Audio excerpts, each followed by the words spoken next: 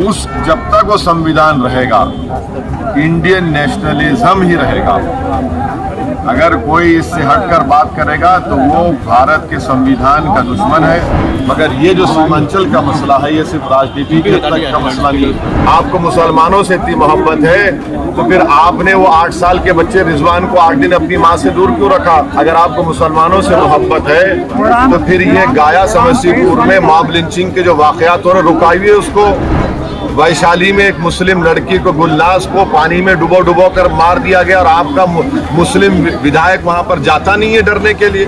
भारत को अगर कोई चीज कमजोर कर रही है, उसको सुपर पावर बनने से रोक रही है, तो ये चीजें हैं। आप पुल बनाइए ना। क्या नरेंद्र मोदी की सरकार जो काम कांग्रेस नहीं करी, आप करिए। चलिए दिखाइए अपनी मोहब्बत को सीमांचल से। यकीनन हमसे थोड़ी कोताही हो गई कि पिछले विधानसभा के चुनाव में हम कम सीट पर लड़े और सीमांचल तक अपने आप को महदूद रखा था। और अब की बार जब 2025 में विधानसभा के चुनाव होंगे, हम 50 से ज़्यादा सीटों पर भी लड़ सकते हैं और लड़ेंगे। पार्लियामेंट के चुनाव जो 2024 में होंगे तो सिर्फ किशनगंज की पार्लियामेंट सीट नहीं बल्कि और भी पार्लियामेंट की सीट पर हम लड़ने के बारे में फैसला लेंगे। अब हमको आगे बढ़ना है और हम आगे बढ़ेंगे। इसीलिए इसी सिलसिले में अख्तरुल ईमान साहब की लीडरशिप में बिहार के मुख्तलिफ जिलों में मजलिस के संगठन को मजबूत किया जा रहा है और बहुत से लोग आगे आ रहे हैं और हम यकीनन इस बात पर अटल है और अच्छा फैसला। गठबंधन को लेकर भी कुछ सोचा है? किसी दल को साथ जोड़ेंगे बिहार में?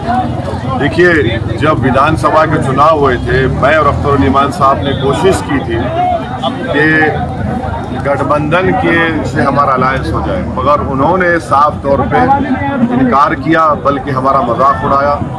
तो खैर कोई बात नहीं, अब हम अपने संगठन को मजबूत करेंगे और देखते हैं अगर कोई हमसे अलायंस करेगा या नहीं करेगा। सीमांचल में हॉस्पिटल और स्कूल खोलने का आपका चुनावी एजेंडा था, उस पर क्या अमल होगा? बिल्कुल होगा, फिक्र मत करिए आप।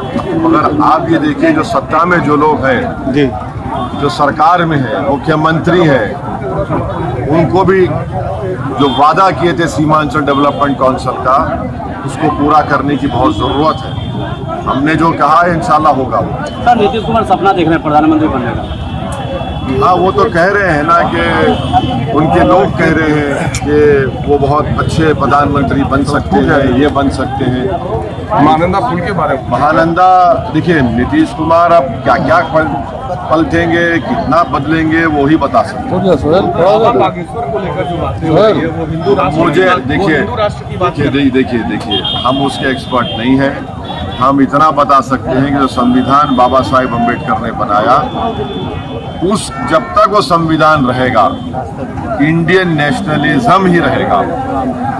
अगर कोई इससे हटकर बात करेगा तो वो भारत के संविधान का दुश्मन है, भारत अम्बेडकर का वो दुश्मन है और हमारे उन अजीम बुजुर्गों का जिन्होंने इस मुल्क को अंग्रेजों की गुलामी से आज़ादी दिलवाई और भारत का संविधान बनाया, वो उनके ख्वाबों के खिलाफ और उनकी मेहनत को रायगा करने की बात होगी। अगर कोई इस तरह ये एजेंडा लेकर उनके कार्यक्रम में भीड़ बहुत आ रही है, 1 लाख लोग जुट गए महाराष्ट्र में। सर, पुल के समस्या को आपने सीमांचल में देखा, इसको संसद में कैसे उठाएंगे?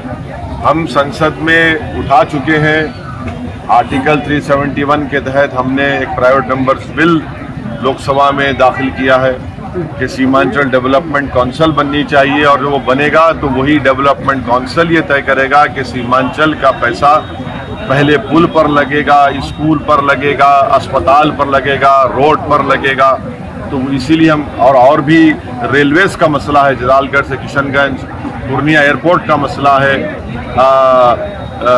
पटना हाई कोर्ट में बेंच को बनाने का मसला है, ये सब उठाएंगे। हम कोशिश कर रहे हैं, करते रहेंगे। सर, 2024 की तैयारी यहीं से होगी सीमांचल से? सर, यूपी में जो है 2024 की चुनाव की तैयारी होगी वो होगी, मगर ये जो सीमांचल का मसला है, ये सिर्फ राजनीति के तक का मसला नहीं है। बिहार सरकार ने रमजान में 1 घंटे की रियायत दी है लोगों को। एक बात सुनिए, हम सब सुन लिए, हम जब रोजा रखते हैं तो नीतीश कुमार या तेजस्वी यादव के नहीं रखते। हम रोज़ा इसलिए रखते क्योंकि अल्लाह सुब्हानहू व तआला ने मुसलमानों को यह कहा कि रोज़ा रखो और वो फ़र्ज़ है हर सेहतमंद मुसलमान के लिए। अगर आपको मुसलमानों से इतनी मोहब्बत है तो वो टीचर के पोस्ट खाली है, उसको पूरा कर दीजिए ना। मदरसा बोर्ड का चेयरमैन बनाइए, माइनॉरिटी कमीशन का चेयरमैन बनाइए। आपको मुसलमानों से इतनी मोहब्बत है तो फिर आपने वो 8 साल के बच्चे रिजवान को 8 दिन अपनी माँ से दूर क्यों रखा? अगर आपको मुसलमानों से मोहब्बत है तो फिर ये गाया समस्तीपुर में मॉब लिंचिंग के जो वाकयात हो रहे रुकाइए उसको। वैशाली में एक मुस्लिम लड़की को गुलनाज को पानी में डुबो कर मार दिया गया और आपका मुस्लिम विधायक वहां पर जाता नहीं है डरने के लिए। का विरोध कर रही है बीजेपी इस हम ये कह रहे हैं कि ये मुसलमानों के ये मसले हैं, आप इन मसलों को हल करिए। रोजा हम रहते हैं 11 घंटे 11.5 घंटे, अब आप एक इफ्तार की दावत करेंगे, टोपी पहन लेंगे। टोपी आप अपने सर पर नहीं पहन रहे, मुसलमानों के सर पर टोपी पहनाने का काम आप लोग करते हैं। अरे 12 घंटे मैं रोजा रहता हूं, हम आपको मुंह में खजूर डालें, ये क्या बात है? अरे भाई जो बुनियादी बात है उस पर काम करिए ना। और तेजस्वी यादव को हम पूछना चाह रहे हैं, भाई अब्दुल बारी सिद्दीकी ने तो ये तक कह दिया कि मैंने अपने बेटा और बेटी को आके भारत को मत आइए। इनको डर है, इनका डर निकल आइए आप। सर यूपी से मस्जिदों से लाउड स्पीकर उतारने की बात हो रही है। देखिए यूपी में जो बुलडोजर की जो सियासत हो रही है वो संविधान के खिलाफ हो रही है। बीजेपी के द्वारा लगातार ये बोला जा रहा है मुसलमानों को वोट का अधिकार छीन लेनी चाहिए, लगातार बयान आ रहा है भाजपा के नेताओं। आपकी यात्रा से पहले भाई नरेंद्र मोदी भारत के प्रधानमंत्री को इस पर बोलना चाहिए। क्या वो भी इसकी तायद करते हैं? वो कब तक खामोश बने बैठे रहेंगे? कुछ तो बोलिए प्रधानमंत्री जी। आप जाकर बड़ा G20 में 10 बातें करते हैं, ये सब होता है, फिर ये लोग क्या कर रहे हैं? इनको बताइए। भारत के प्रधानमंत्री को बोलना चाहिए कि उनका असली मौक़िफ़ क्या है। घुटने भर पानी में चलने का अनुभव कैसा रहा एक दिन में, जबकि यहाँ लोग सालों साल ऐसे ही चलते? वही तो हम बोल रहे हैं आपको, आप बिल्कुल सही कह रहे हैं। जनाजा उठाकर लेकर जाते हैं, शादी ब्याह में दुल्हन जाती है, हम तो तकलीफ महसूस भी नहीं कर पाएंगे, ये हम ईमानदारी से कह रहे हैं आपसे, मगर हम चलकर देखें कम से कम। आप बताइए, बरसों से ये हाल है। 3 बच्चे पिछले महीने डूब कर मर गए, रेती निकाल रहे थे। यही तो हम कह रहे हैं कि भाई ये कौन सा विश्व गुरु, कौन सी हम सब बातें करते हैं हम लोग, जब 2023 में इस तरह की ये लोग चलकर जा रहे हैं। तो यही तो असल मुद्दा तो ये है। असल भारत को अगर कोई चीज कमजोर कर रही है, उसको सुपर पावर बनने से रोक रही है, तो ये चीजें हैं। आप पुल बनाइए ना, कौन रोक रहा है आपको पुल बनाने से? रमजान के बाद फिर आएंगे आप? चुनावी तैयारी शुरू कर दी? बिल्कुल आते रहेंगे, बिल्कुल आएंगे। पहले तैयारी शुरू कर दी? प्रदेश बनाने की योजना चल रही है, केंद्र शासित प्रदेश। अरे ऐसा अगर सोच रहे हैं तो फिर पूरा सीमांचल खड़ा हो जाएगा, फिर पूरा सीमांचल खड़ा हो जाएगा, कोई नहीं बैठेगा खामोश। फिर कोई तरीका है कि आप संविधान के खिलाफ कोई काम करेंगे और यूटी बनाएंगे? इसको किस बिना पर बनाएंगे? हम कंडेम करते हैं अगर इस तरह की सोच अगर भाजपा में है। अब ज्यादा सीटों पे लड़ेंगे? मिला है हमेशा एमयू सेंटर किशनगंज मंडी, अब तक फंड नहीं मिले। एमयू सेंटर को प्रदेश सरकार भी फंड दे सकती है, उनके एजुकेशन डिपार्टमेंट से फंड दीजिए। और कांग्रेस के नेताओं को माफी चाहनी चाहिए जो उन्होंने झूठ बोला है।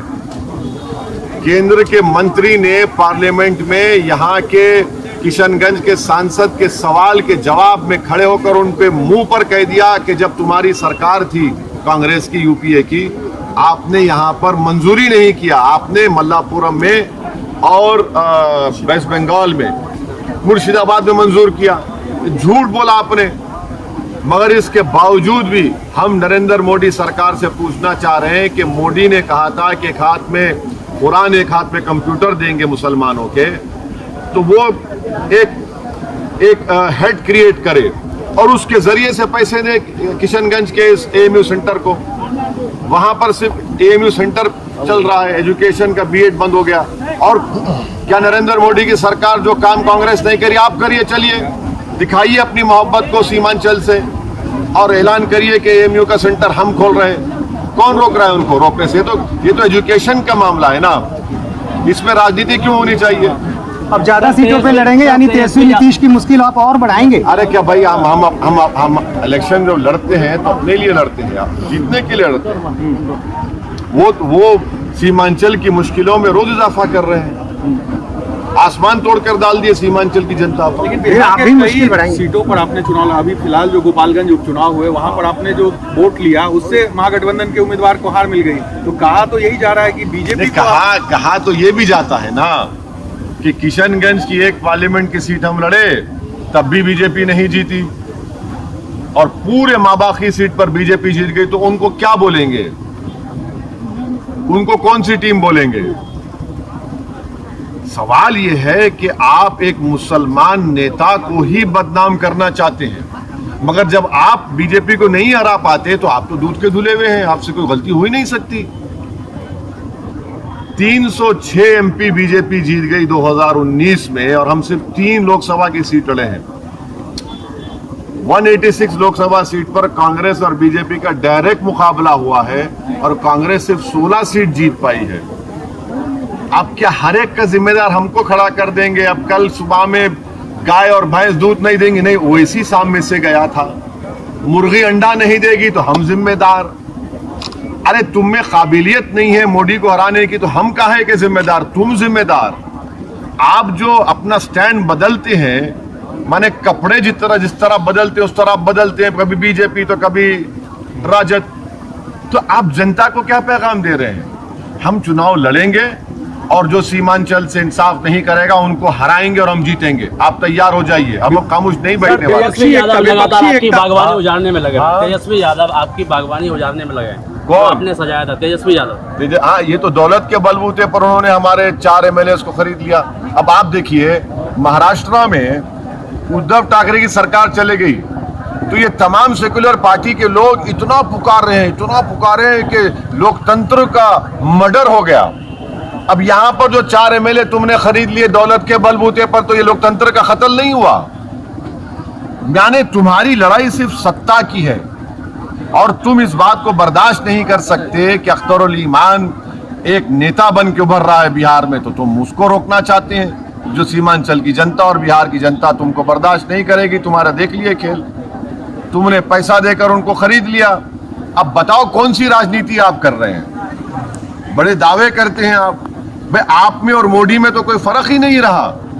जो मोदी ने महाराष्ट्र में किया आपने बिहार में किया, तो आप दोनों की तो राम और श्याम की जोड़ी है। विपक्षी एकता को लेकर क्या कहेंगे जो देश भर में कोशिश चल रही है? विपक्ष की एकता को अगर आप बात कर रहे हैं तो आपको ये बात समझनी चाहिए कि हम आपके गुलाम नहीं हैं, कि आप हमारे कोई स्कूल के मास्टर नहीं है कि हम आपके फैसले पर सर झुका लेंगे। बातचीत होगी तो मान सम्मान से होनी चाहिए। अगर आप मान सम्मान से बातचीत करेंगे तो सब बातचीत होगी। अगर आप बोलेंगे नहीं मैं ही खड़ा हो जाऊंगा, मेरे पीछे आके खड़े हो जाओ, अरे भाई साहब, कभी आपने अपने गिरेबान में झांक कर भी देखा कि कितने छेद आपने सेकुलरिज्म के नाम पर मारे हैं? कभी वो भी तो देख लीजिए। नीतीश, केसीआर, ममता, इनमें से किसकी पहल आपको ठीक लग रही है? देखिए, केसीआर ने तेलंगाना में काम किया। केसीआर ने तेलंगाना की जनता से जो वादे किए किसी हद तक उसको पूरा किया। तेलंगाना एक लैंडलॉक्ड एरिया है, मगर देश का सबसे ज़्यादा per capita income gross state domestic product Telangana का है। तेलंगाना में एक ज़माने में सबसे ज़्यादा पंप सेट इस्तेमाल किए जाते थे। आज तेलंगाना में सबसे सेकेंड हाईएस्ट प्रोड्यूसर है तेलंगाना फिश का। लाखों एकड़ ज़मीन को उसने पानी लेकर आया, तो उसने काम किया। उसके पास एक विजन है केसीआर के पास। अब नहीं मालूम उस विजन को कहां तक लोग एक्सेप्ट करेंगे, वो क्या करेंगे हमको नहीं मालूम। ममता तो अलग हो गए, उन्होंने अलग। हाँ नहीं, अब देखिए क्या होता है, हम इस बारे में क्या बोलेंगे। आप कहाँ जा रहे हैं? हाँ, आप किनके साथ? हम समंदर के तूफान में अपनी कश्ती को लेकर चल रहे हैं। हाँ, ये तूफान में हमारी कश्ती चल रही है और इंशाअल्लाह ताला जरूर मंजिल मकसूद को पहुंचेंगे। सर, विधानसभा चुनाव के बाद सीमांचल आए हैं, फिर कब आएंगे? रमजान के बाद आएंगे। हम आए, हम नहीं आए इसलिए थे क्योंकि ये जो 4 बेईमान थे जो दौलत के आगे अपने घुटने टेक दिए, अपना ईमान बेच दिए, इन्होंने हमको बोला कि सर ये प्रोग्राम कभी लगाएंगे, ये प्रोग्राम लगाएंगे, ऐसा ही उन्होंने टाइम पास कर दिया।